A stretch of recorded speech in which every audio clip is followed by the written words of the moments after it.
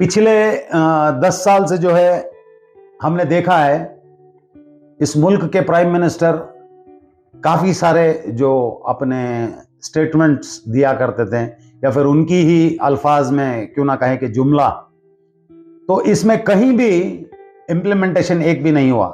कहीं एक जगह हमने देखा कि 2022 तक 2022 तक हर उस शहरी के पास जिसके पास घर नहीं है, खास घर नहीं है, उसको जो है खास घर देने की बात नरेंद्र मोदी जी ने कही थी। हर इंसान को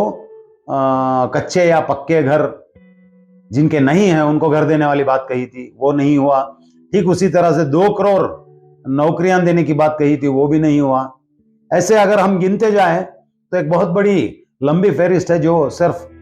बयानबाजी तक रह चुकी। उन बयानबाजियों को अब जब जो है लोग अवेयरनेस लोगों में आ गया है, महंगाई की मार है, कहीं गैस की बढ़ोतरी है,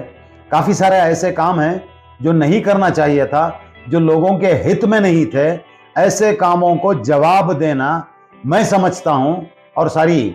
इस मुल्क की हर वो रियाया समझती है जो आज कॉन्स्टिट्यूशन को समझती है और समाज में जो चल रहा है उसकी नॉलेज रखने वालों को पता चल रहा है कि ये जो हुकूमत है, ये जो बीजेपी पार्टी की जो हुकूमत है, ये सिर्फ जुमलाबाजियों में लगी हुई है। इंप्लीमेंटेशन, लोगों की भलाई का काम कुछ नहीं किया। अब इस आने वाले चुनाव में जब लोगों से ये वोट मांगेंगे तो इनके पास जवाब नहीं रहेगा। तो इसलिए यूनिफॉर्म सिविल कोड को सामने रखकर इस इलेक्शन में वोट मांगने की एक छोटी सी कोशिश चल रही है इनकी। वैसे तो मुल्क के चंद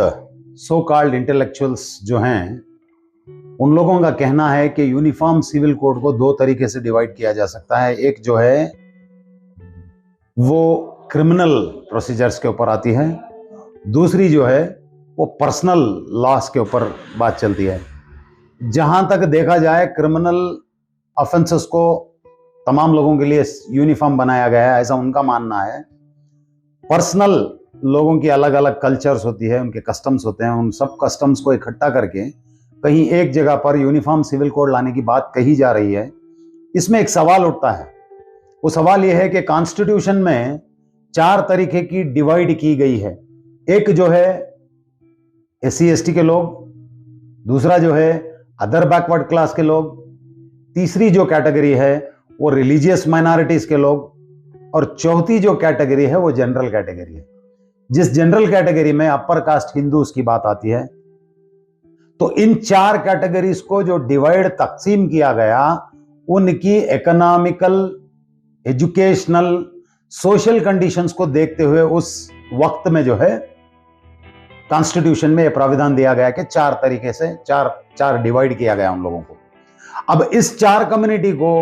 इकोनॉमिकली, सोशली और ठीक उसी तरह से एजुकेशनली फॉरवर्ड आने के लिए क्या करना है, उसको स्पेशल स्कीम्स गवर्नमेंट को बनानी चाहिए। अगर ऐसी सूरत में यूनिफॉर्म सिविल कोड बनाया जाए तो SC ST के स्पेशल प्रिविलेजेस को छीनने की एक साजिश भी हो सकती है। अदर बैकवर्ड क्लास के काफी सारे दूसरे स्टेट्स में जो है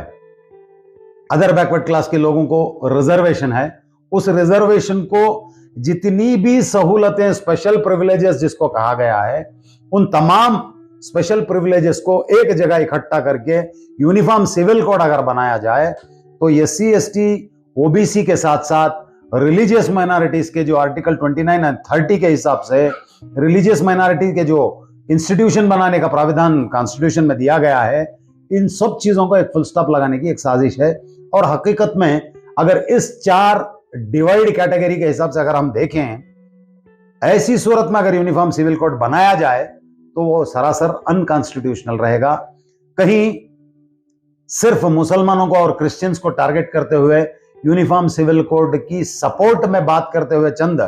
इंटेलेक्चुअल्स जो साफरन एजेंडा की माइंडसेट रखने वाले लोग हैं, ऐसे लोगों का कहना है कि शरीयत यहां पर नाफिज करने की कोशिश की जा रही है। ये सरासर गैर गलत बात है। उनकी इंफॉर्मेशन को मुकम्मल हासिल करके अगर बात करें तो दुरुस्त है। ये मिस इन्फॉर्मेशन समाज में फैलाने का जो काम किया जा रहा है कि मुसलमानों को अशरफ या फिर अजलफ में डिवाइड किया जाता है, उलमा जो है तमाम मुसलमानों को एक अपने दबदबे में रखना चाहते हैं, ऐसी ऐसी इनकी जो बातें हैं ये सरासर गलत हैं। इस्लाम में जो है किसी के दर्जे को अगर देखना चाहे तो कुरान उसको क्लियरली वाज़े तौर पर बताता है, हम दर्जातुन इंदल्लाह, इसका क्या दर्जा है इसका बेहतर अल्लाह जानने वाले हैं। तो यहाँ हमारे में किसी को सब कास्ट या कास्ट वाइज देखा नहीं जाता, जबकि आप लोग ट्रिपल तलाक जब लागू किए, ट्रिपल तलाक की भी बात जो है कुरान में क्लियरली आप लोग जानते भी हैं। मैं समझता हूं काफी सारे मुसलमान इस बात को नहीं जानते थे कि एट ए टाइम 3 बार तलाक देना जो है कुरान में कहीं भी नहीं था। तो इस एतबार से आप जो डेवलपमेंट की बात करते हुए यूनिफॉर्म सिविल कोड लाने की बात कर रहे हैं, तो इस यूनिफॉर्म सिविल कोड में schedule caste, schedule tribe, other backward class के लोगों का क्या रोल रहेगा, उनको जो दिए गए स्पेशल प्रिविलेजेस का क्या उसका आप करेंगे, इन तमाम चीजों को आज सोसाइटी में जो कॉन्स्टिट्यूशन के फेवर में काम करने वाले इंटेलेक्चुअल्स हैं उनको भी इस बारे में बात करने की सख्त जरूरत है।